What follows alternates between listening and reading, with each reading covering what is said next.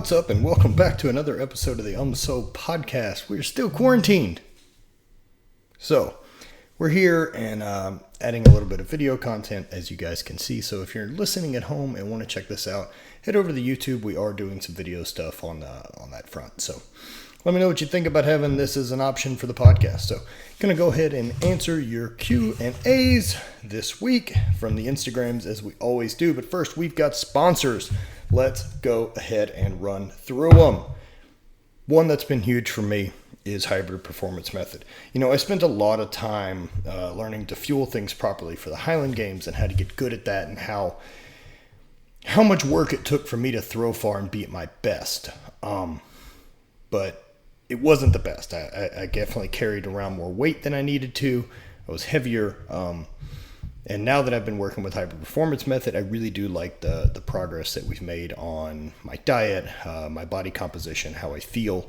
So really stoked on working with them. If you want to check out their nutrition and head over to Hybrid Performance Method, use code UMSO. Save yourself 5% every month on your subscription service. And then they also have like 30 different programs that you can train with for basically anything you'd like. So check those guys out and save some money.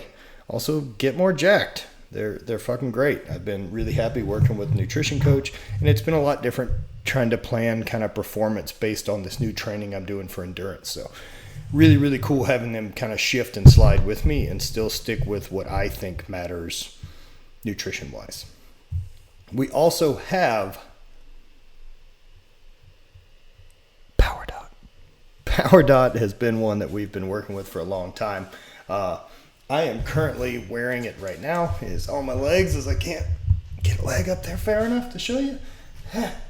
Anyway, it's on the legs. Look at this thing. Pumping away.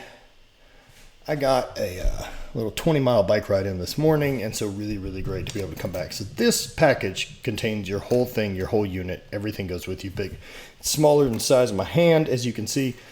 And it's a great tool. Your phone is the operating system and runs the app. I can't say enough great things about this product. It is something I definitely use every day, and it's definitely something that's been a huge help with me making this move to a little bit more endurance style training. So head over to powerdot.com, use code UMSO, and save yourself 15% at checkout all the time. We also have Mind Bullet. Mind Bullet. Do I have any on my desk?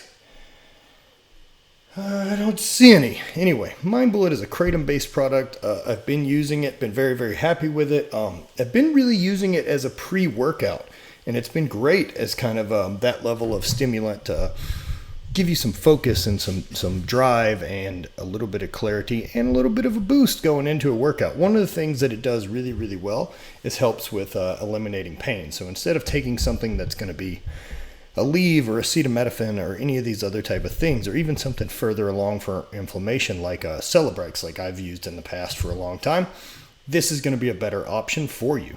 It's going to be a lot less harsh on the system, and it's a natural product.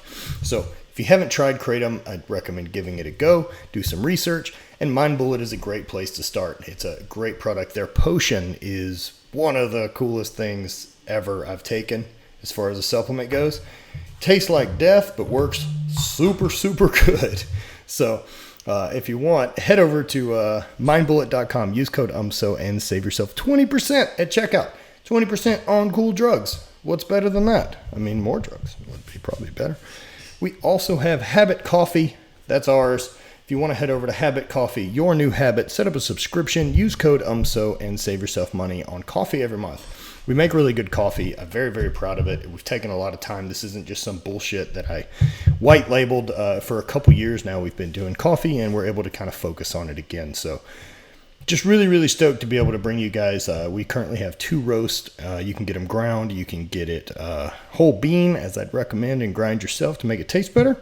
Habit Coffee. We have our Guatemalan. We have an Ethiopian, our snake oil, and they're both really good. So check those out, and do yourself a favor.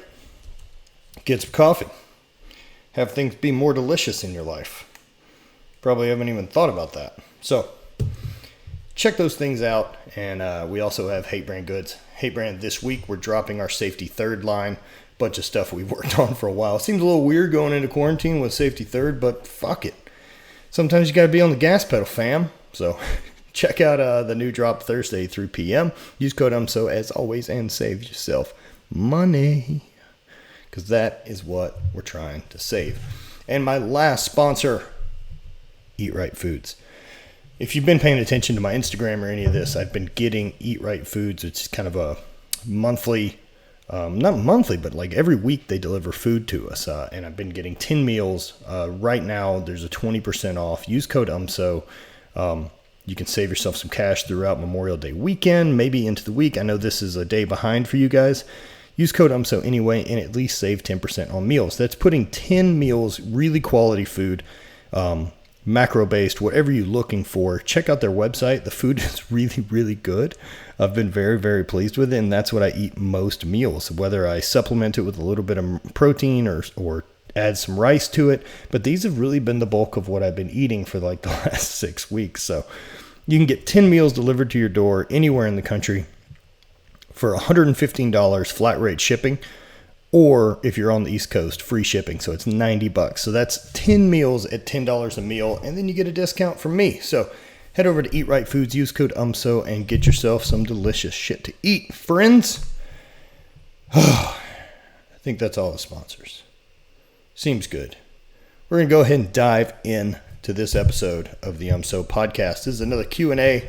Got some questions from you, and appropriate time to give it a go. See how those are. We'll run through them as usual. Mr. Gerald, would you recommend start keto or vertical when I have a lot of weight to lose, aka I love rice?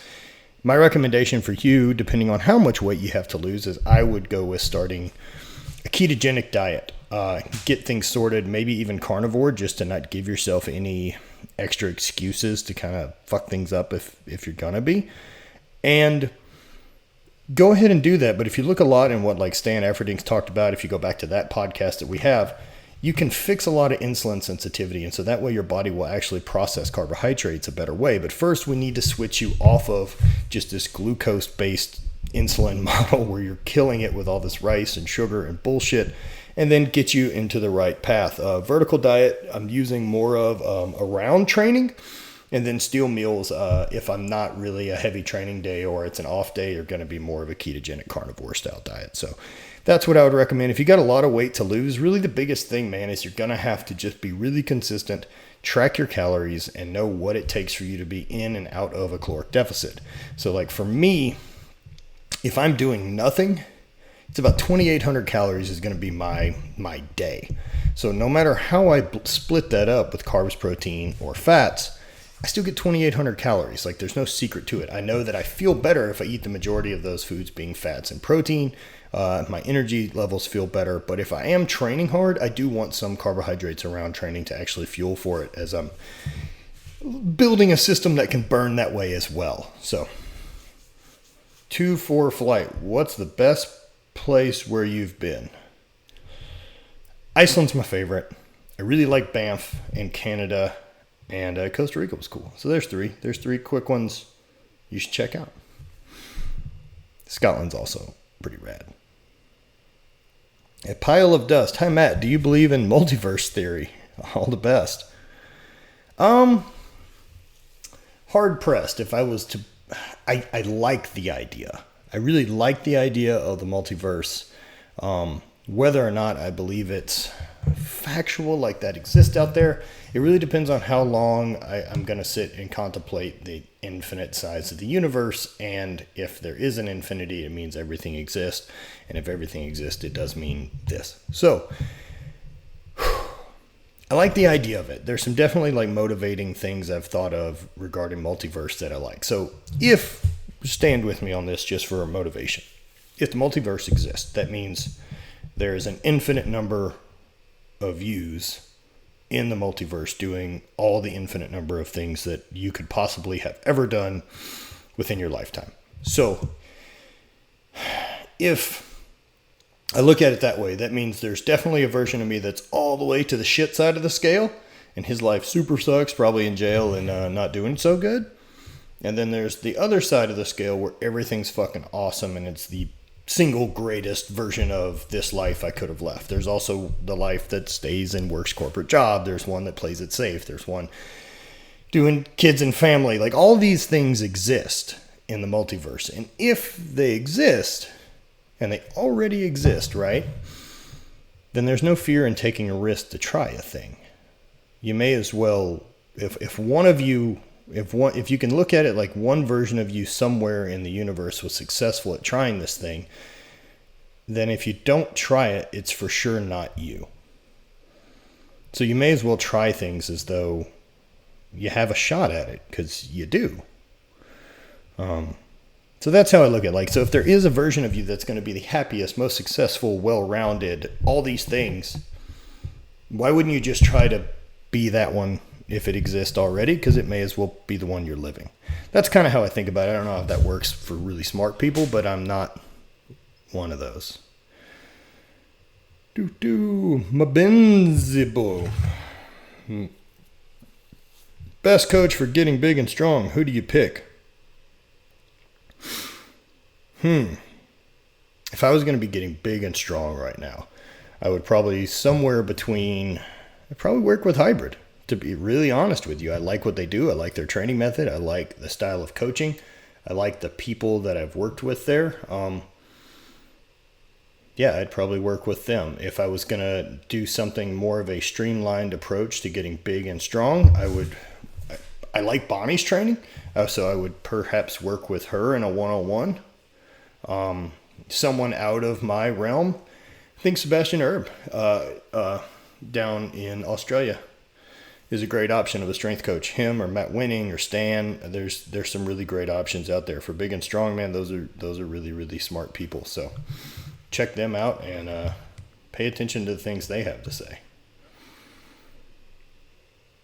It's good to be. What are three things you've purchased in the last year that now you couldn't live without? New bike trainer. That thing has been fucking awesome. It was expensive. That's one thing that has been a really, really good upgrade. That was a smart purchase. There are these little steps for the truck that hook into the door. So like when you open the back door, there's a little latch that your door locks to, and that's kind of on the body. So these steps hook into those. There's no moving parts. They're super solid and allow you to reach the top of your vehicle.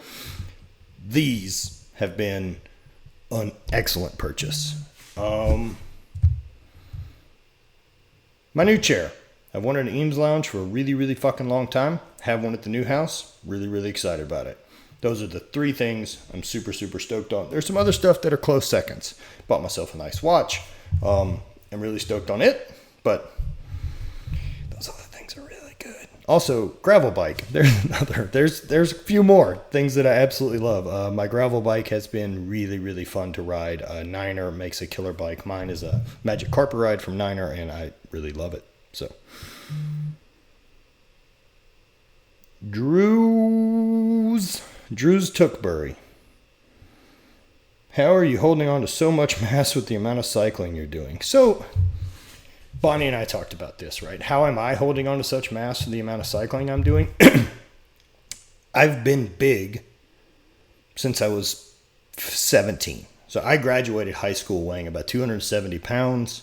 Was a shot putter, went to college at LSU, threw shot put, got bigger, got into Highland games and Strongman and got bigger. So I've put on a lot of muscle and a lot of size over the years. And we're not talking about in a short run. And this wasn't done with hypertrophy. This was done for performance. So the muscle I really built was under this mass. So it's really heavy, it's really dense, it's strong. I built muscle that doesn't go away easily. Like, I'm not gonna have a hard time getting big and strong if that's what I want to do. So I'm definitely not a hard gainer. Losing weight for me and getting less fat is a far more complicated thing. I mean, you figure for the last 8 weeks, I've also been putting in 6 or 7 hours worth of cardio a week. I'm lifting once or twice a week about, and muscle mass is holding, but I also tend to push heavier gears. I can sprint more. I'm doing things like that that are still strength related, and I'm still squatting, benching, overhead press, and deadlifting once a week.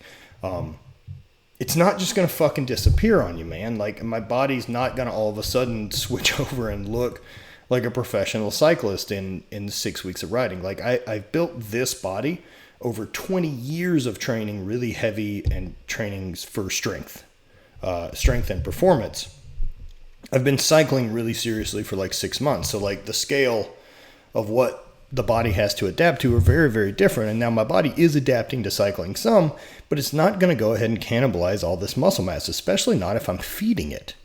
So now if I'm going to live in a really, really big deficit for a long time and try to lose a bunch of body weight, that's fine, but that's not been the goal. I want to get better at cycling and still look the way that I want to look. So it's back to calories. That's how. Zamira Munez. Best way to increase your squat max. Fucking Christ. Just squat. Squat often with linear progression on a good program that's going to push some rep maxes. Stay below 90%. Don't get fucking hurt. Squat every week consistently for 10 years. Fuck. Than. Any tips for constant sciatic pain? I don't, dude. It's rough. Sciatic pain, like maybe look and see if a reverse hyper helps you out a little bit. I would work with a chiropractor, try to free some stuff up and get things moving. Figure out what actually movements are causing you pain. If it's everything, I don't know, dude. But if it's, squat related or anything else, or 2 days after X, Y, and Z, it hurts, then maybe that's a better plan. Is to figure out how to avoid it and let it actually get right. Sciatic pain's fucking brutal. So I hope you get it sorted, man. The bloody hand. When and how to include occlusion work for hypertrophy. So in my programming, if I'm going to throw in some hypertrophy work and it's not rehab based, it's not any of those things, that I'm going to throw it in as kind of an accessory, right? So I'm going to hit my main lift, let's call it bench. I'm going to bench. I'm going to go ahead and hit whatever the day's prescribed is, 3s, 5s, whatever heavy main lift I'm going for. And then I'll do all of my accessory work. So bicep curls, triceps, stuff like that. I would do like an occluded circuit and really just blow them up if I was going to do that. I mostly used occlusion for hypertrophy for rehab. So doing it that way is slightly different. Like, I'm not really trying to do a ton of hypertrophy work in my day-to-day training as much as I want to feel good. So I'm not really trying to build, I don't know. That's how it works. I'm not trying to just get bigger and more bodybuilder looking. I just want to get leaner and still feel athletic. And that's the type of body I'm interested in. So that's how I work it. Texas. What were your tie seats from BPC 157? I don't know what tie seats are, but I'm guessing what was my experience, maybe? BPC 157 is a body protection compound. It's a peptide. I've used it a little bit. I don't have enough real information. I've used it, but I don't have enough to tell you that it did anything special. I also took it in conjunction with a bunch of other things, and we're here. So I still have some pain. I still have some stuff. I've also had some weird reactions to peptides, just skin getting aggravated and sometimes getting some hives. I also don't know which peptide was doing that, as I was taking a few. So I've just kind of backed off of them, and I don't know much more. Jamo, what CBD brand do you use? So lately, this is who I've been stoked on. This is RDSP Farms. They've been hooking me up with CBD flower. So this is non-psychoactive. There's no THC in it. There's any of that. Now, I've been grinding that in to mix with THC, as I think the entourage effect of having both really is what makes the biggest difference, especially if you can do like a really high mix of high CBD and some THC. That's how that plant was supposed to be done. And the low THC property, like I'm talking, if I've got a really strong flower that's THC and I've got some that's just CBD stuff or CBG, like a 90% CBD flower, 10% THC, and I find that to be really, really nice. I'll also mix that like in a one hitter if I'm out on trail or riding or doing any of that. So not too bad, as I can't really complain. Miro3477, any advice on low back pain, tips, exercises to do? Check Hybrid. I think they've got some recovery protocols, stuff like that. For low back pain, another big thing there is like make sure you're doing a ton of ab work. Make sure you're doing a bunch of core and stuff like that to take some of the pressure off of your erectors, take some pressure off of those muscles in the back that may just be a little bit more beat up. That would be my advice to help start working on back pain. And work mobility. Start working glutes and hips and trying to stretch as much as you can through the hamstrings. J. Don Life, just got a truck. What mods do you recommend to get it camping ready? First thing I would do is get some type of a mount to put a tent on it. That would be the first thing. So check out like Victory 4x4. They make really a cool kind of bed mounted rack. And then the tent goes on that. If you're going to do a camper shell in the back, get one that's got a frame inside of it, so it's going to be strong enough to hold on to your tent. And that's what I'd recommend. So that would be your first moves. Just get a tent. Roof tent's really fucking the way to go. It really changes everything for truck camping. TJ Whitmer, any thoughts on SARMs? Not really.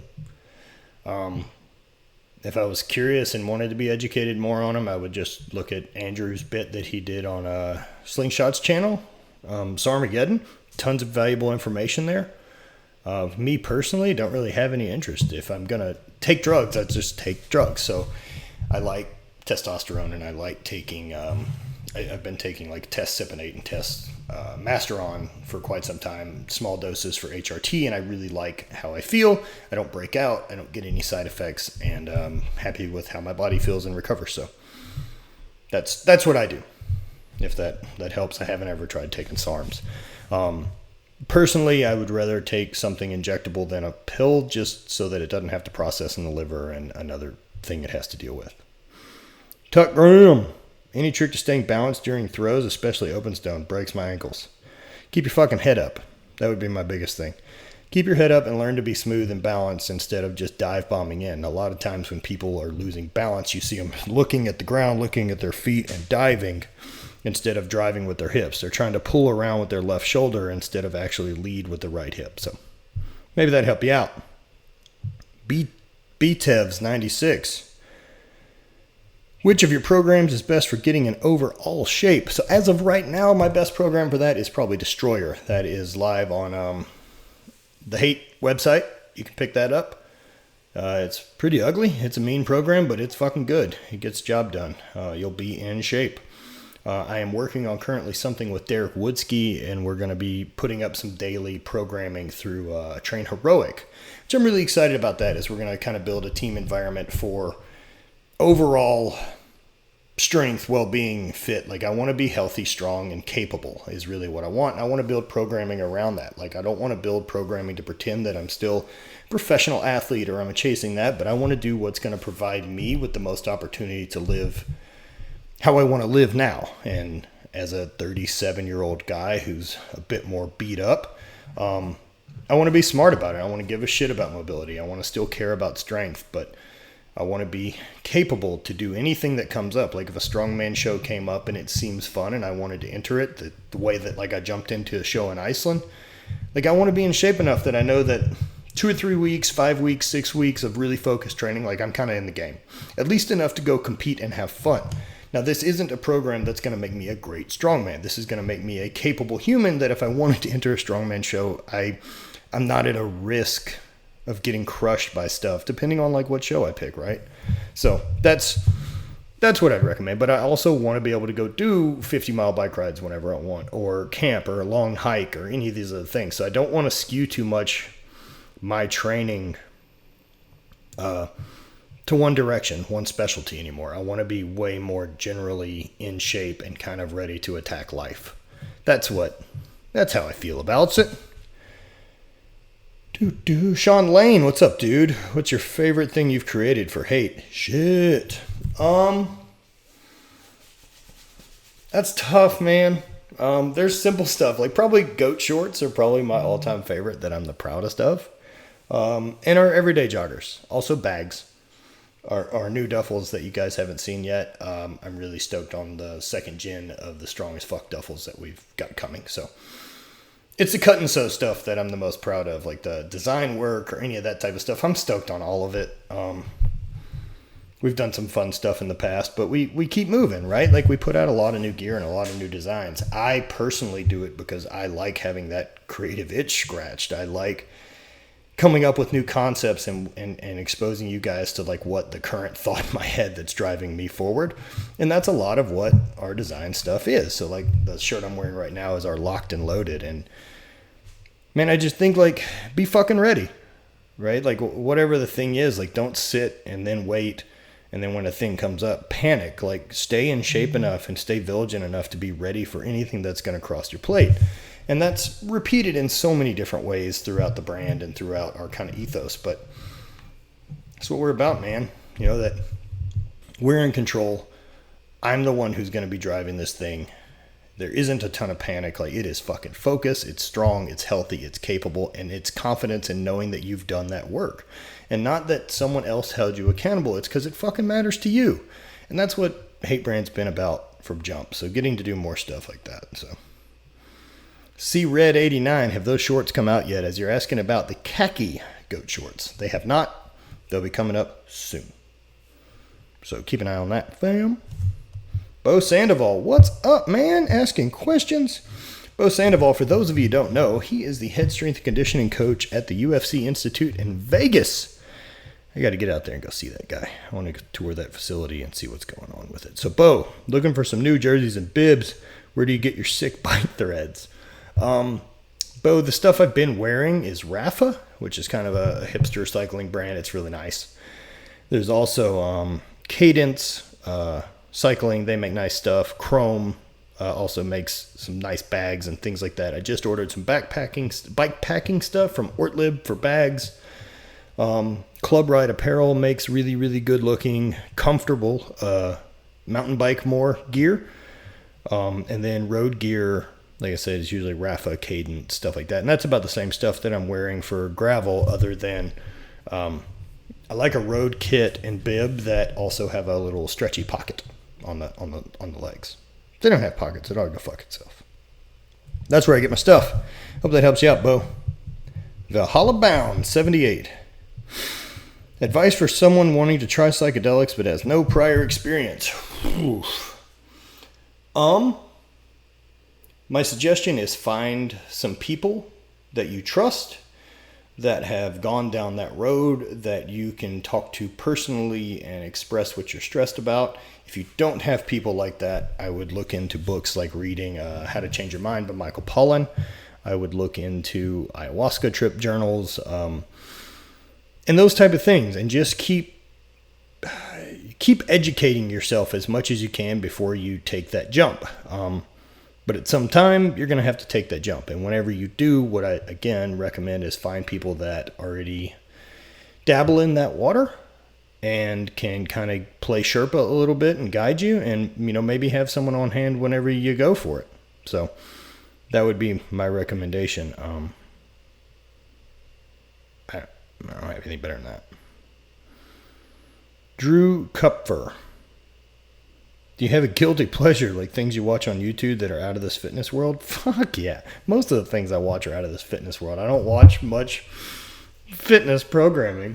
I watch a shit ton of cycling stuff. I watch a bunch of car shit and camping stuff. I watch interior design. I watch furniture building. But the good stuff out there, let me tell you this. The good stuff out there is being pretty fucking cooked at night, just barbecued. And then diving into stuff like either tool restoration or this JD project. This guy modifies Hot Wheels, and I fucking love it. There's no talking. It's the easiest thing to zone out on and really, really enjoy. That's what I'm into. Colin Soja. Advice for someone new getting into cycling. So we're doing a video on this pretty soon of how to pick your first bike. If you've already got a bike, my recommendation is get some decent shorts. They're going to be a lot more comfortable. Start getting your bike fit better to you so that you're ready. that that it fits you. It's going to be more comfortable. The more comfortable it is, the more you're going to ride it. The more you ride it, the better it's going to be. So if you don't have a bike and you're trying to figure that out, my suggestion is figure out the type of riding you'd like to do, whether that's gravel, road, mix of those two things, bike packing, mountain biking. What type of mountain biking? Is it more free ride? Is it downhill? Is it more cross country, etc.? So there's a lot of options. So figure out the one of those which sparks your interest, and then I would figure out how much money you can spend. And then I would go to a shop and talk to those people local to you. And this also gives you some people to help you work on things, make advice. These are really good people to have around. So I would go that route. That's what I would recommend. Jackie Fucci, can you think of any advice for high school or getting ready to graduate?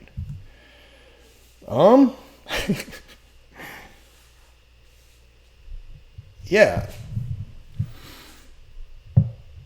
I mean, I would have a lot of questions for you. Like, don't fall into the trap of thinking that there's this normal pursuit of life, that there is this route that you're supposed to follow that equals success and happiness and all these type of things. Like, in fact, like, you're fucking driving that boat, and be aware that you're driving that boat and stay in that mindset. Now, I'm not saying to skip college. I'm not saying don't do any of these regular standard things. But do them because you fucking want to, or do them because they're within the plan of how you want to go. But don't do them just because that's what's supposed to be next in life. Don't back yourself into some fucking corner. Like, if you're trying to figure out what you should do and say you don't have a degree in mind or something you'd like to do, something you're terribly passionate about, what I would recommend is maybe figuring out a skill. Like, maybe educate yourself. Maybe start finding someone to apprentice under or learn a valuable skill, like whether it's plumbing, electrician work, woodworking, any of these type of things that there's always going to be a job for, including welding, any of these other things that you can get certification for. And I just can't recommend that enough to have a skill that's going to be valuable. Whereas, like, just some fucking... Your degree doesn't mean shit. That's the truth. For the most part, your degree really doesn't mean anything, especially your undergrad. It shows an employer that you can stick to a thing for 4 years. But if you think that alone is going to help you land a job in any other instance other than your employer saying, oh, you have a degree, sick. I would learn how to do shit, man. And like, that's really the key to finding good work. And that's the key to finding good jobs and good pay is be valuable. Like, that would be my recommendation, is make sure that the route you're trying to go is trying to improve your worth and how valuable you can be, because you can do more. I hope that helps, man. Tina 433, those shorts though. Thank you. Khaki goat shorts coming soon. Happy lifter. How do I get better at bike stuff? The hills are killing me. Same way you fucking get better at anything, friend. Do a ton of it. Do the things you suck at. Do them a bunch. Vary it up. And have a plan. So, like, if you're bad at hills, start working on cadence control. Start working on sessioning hills. Start doing some hill climb stuff. Do the things you're bad at and fucking lean into it. Like, that's how you get better at it. Also, it takes a ton of time. I'm just now starting to kind of feel like a new threshold has been kind of moved into cycling wise. And I've been doing 100 plus miles a week for the last 8 weeks. That's a lot of consistent riding. It's not a ton of riding, as I'm still probably just shot, maybe I'm a little over 1,000 total miles into this, but like, there's people that do 1,000 miles a month. Like, there's people that do 1,000 miles. 1,000 miles a week is fucking pushing it, but there's the people doing 1,000 miles a month or more. So it's no different than getting good at anything else. It just takes time and practice and figuring it out. There's just no replacing time in the saddle. You have to have it. Go for Goldie. I'm getting my ACL meniscus surgery next week. Any tips on mental grit through recovery? Man, I got a bunch of YouTube videos on that. I have a bunch of stuff out there that you can read.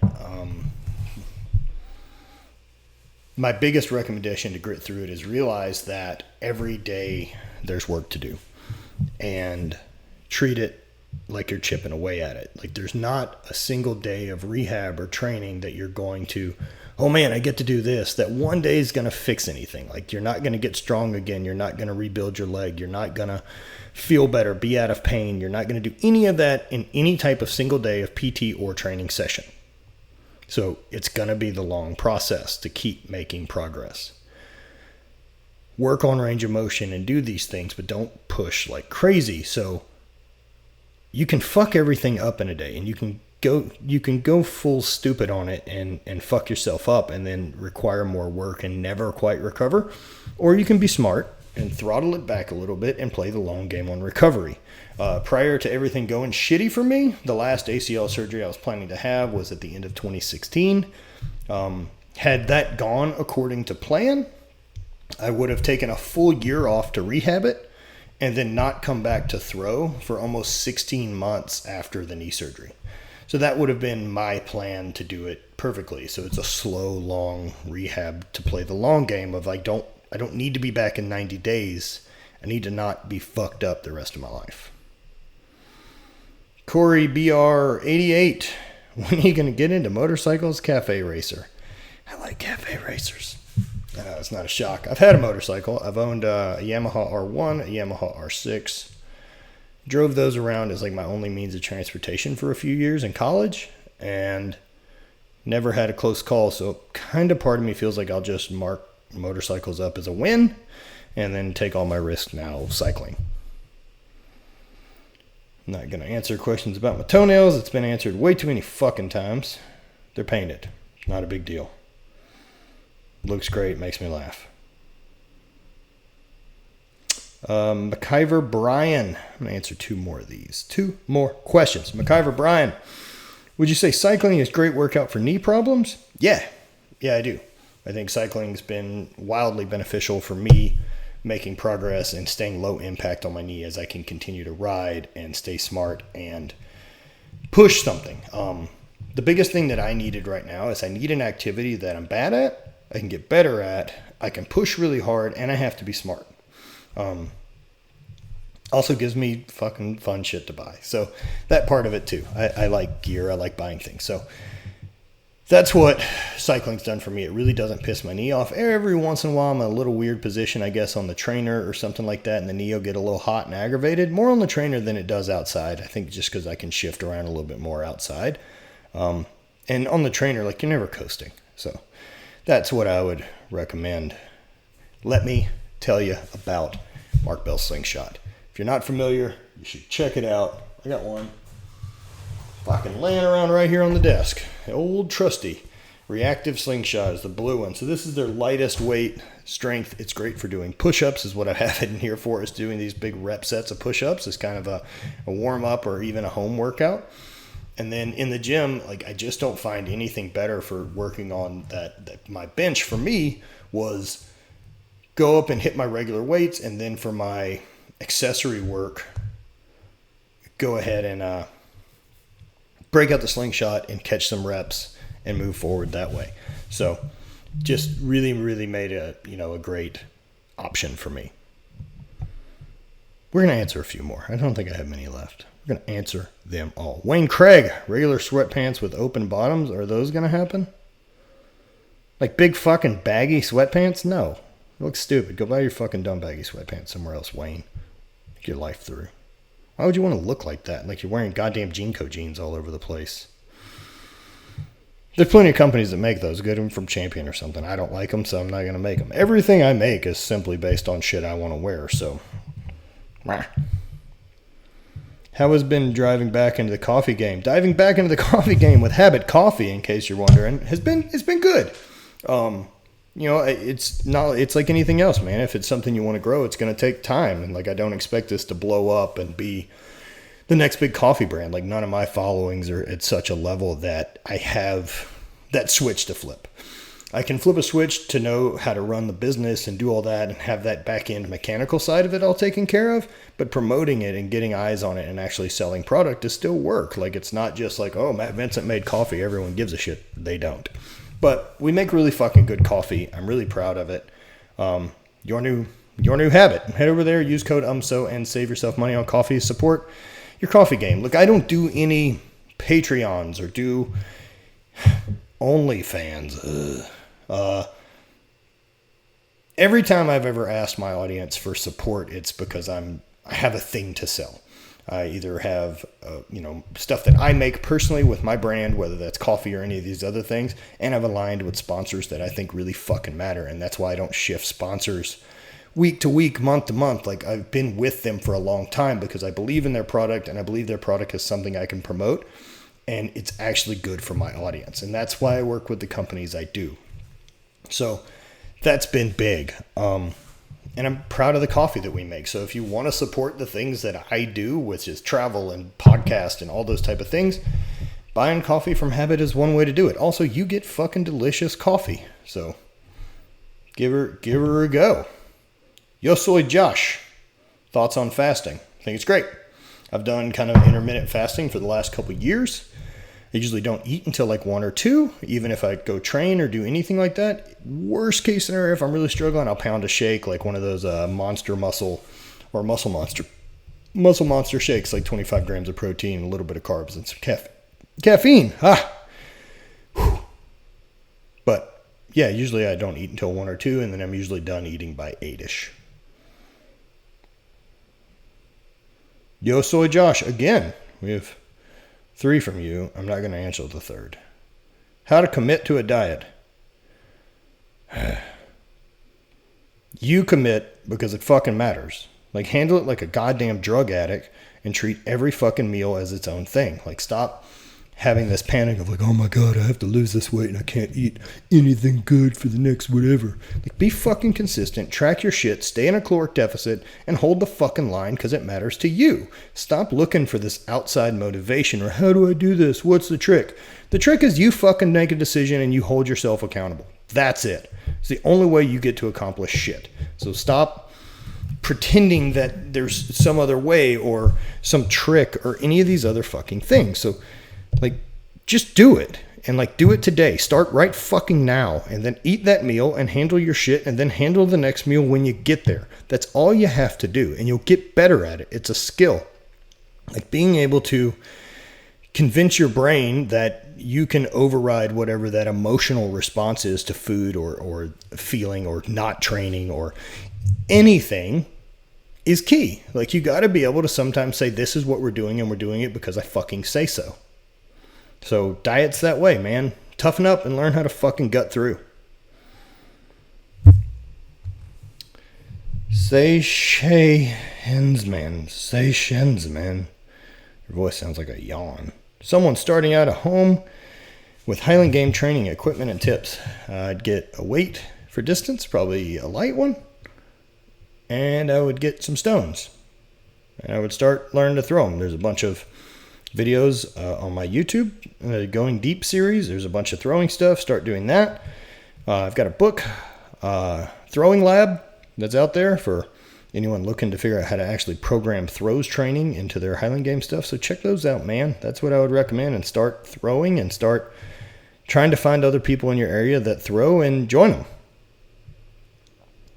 Dale Hazard is our last question of the day. And what's your opinion on the Thor-Eddie situation? I fucking couldn't care any less. I just don't give a shit. I don't care what 2 other grown men are gonna do with their training or life. I give a fuck about my friend Hapthor. As we know each other relatively well, I give a fuck that he's happy, that he's healthy. I'm stoked to see him pull 501. Do I think it's an official world record as far as Strongman goes? No. It wasn't done in competition. That's pretty fucking straightforward. Outside of that, it's still really goddamn incredible. And it's better than Eddie's deadlift. So, there's that. I think the whole thing is a bit of a clusterfuck, man. I don't know at what point now that it's a work to try to promote the boxing thing, which is fine too. I hope both those dudes get paid. There's not enough money going around in strength sports that if there's anyone who's going to get a shot at a fucking big 7-figure paycheck, then man, roll the fucking dice on that thing, dude, and make it big and blow it up. So hopefully you get a second one. Like that's the fucking thing. Start pushing for a rematch, man. I don't like seeing the bickering. I don't like seeing the bullshit drama. And I know that it's worn on Hathor, and even his perspective of saying that he's retired or any of that type of stuff. Good for him. Fuck him. That's what I think. He doesn't owe anyone shit. So that's how I feel, and that's where we're going to wrap up the podcast. So thank you guys for listening. Let me know in the comments below on YouTube how you like the video aspect of this. Just trying to do something different and give it out to you guys. Here's our Q&A, and we'll do another next week. Thank you guys for listening. Spread hate, always party. Check out our sponsors and head over to Apple iTunes and leave us a 5-star review if you enjoy the show. It really does help us out. Our sponsors are Hybrid Performance Method, Eat Right Foods, Power Dot, Hate Brand Goods, Habit Coffee, Mark Bell's Slingshot, and Mind Bullet are all of our sponsors. Check all those out. Use code UMSO and support the show and save yourself some cash. Thank you guys for listening. Spread hate, always party.